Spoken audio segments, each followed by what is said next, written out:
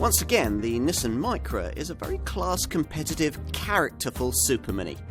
This time it's stylish and very good to drive, while setting a high standard with its sense of safety. You know that car in this class you were thinking of? Stack it up against this one.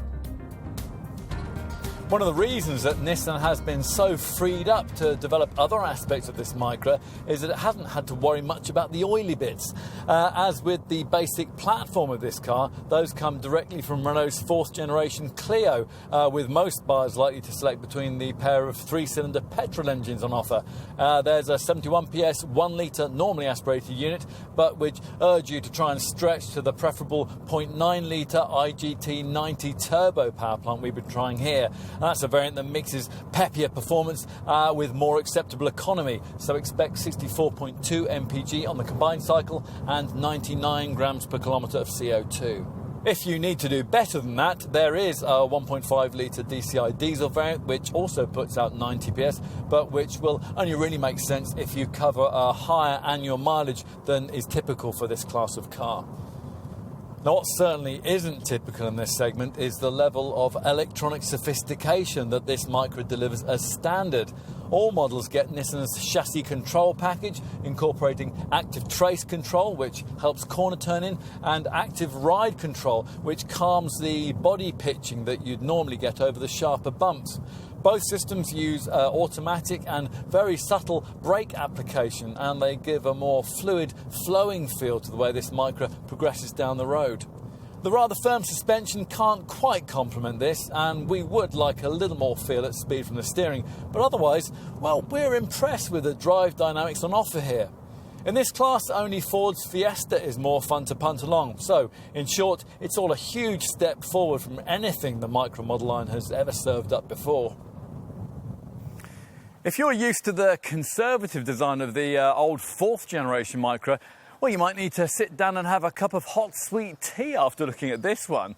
Expressive and emotive, this is the kind of shape you'd more readily associate with a motor show concept car than a production model, with an athletic silhouette that's much longer, lower and wider than was offered before.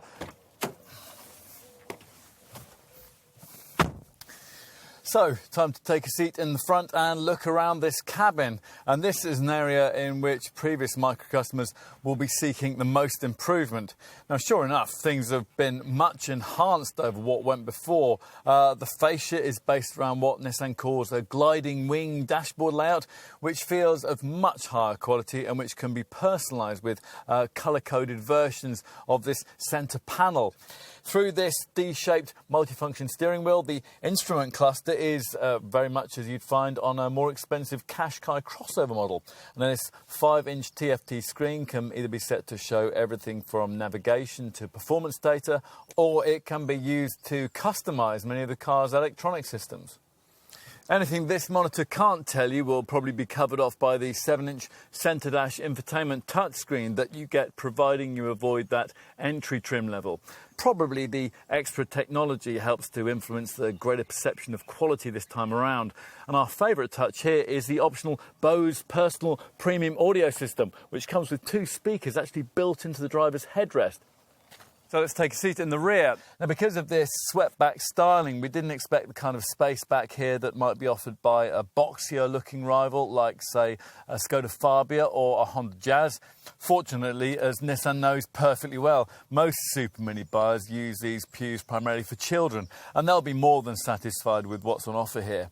Shoulder width, well, that's also fine for 2, thanks to the extra 78mm of width that this car enjoys over its predecessor.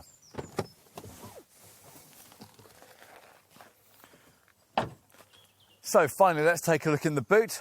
With the rear seats in place, this Nissan offers 300 litres of cargo accommodation. That's good, but it's nowhere near class leading. Still, the luggage area provided here is properly shaped to accommodate something like a fold-up buggy or the weekly shop. Of course, as usual, you can extend the cabin available by using this 60/40 split folding rear backrest. What that all leaves us with is a car that ought to appeal way beyond the core market that Micra has always previously targeted: cash-strapped parents, driving instructors and motorists of a certain age. In our view, it's everything a thoroughly modern Super Mini should be: stylish, sophisticated and cheap to run. In short, we urge you to approach this Micra with a fresh perspective. After all, Nissan certainly did.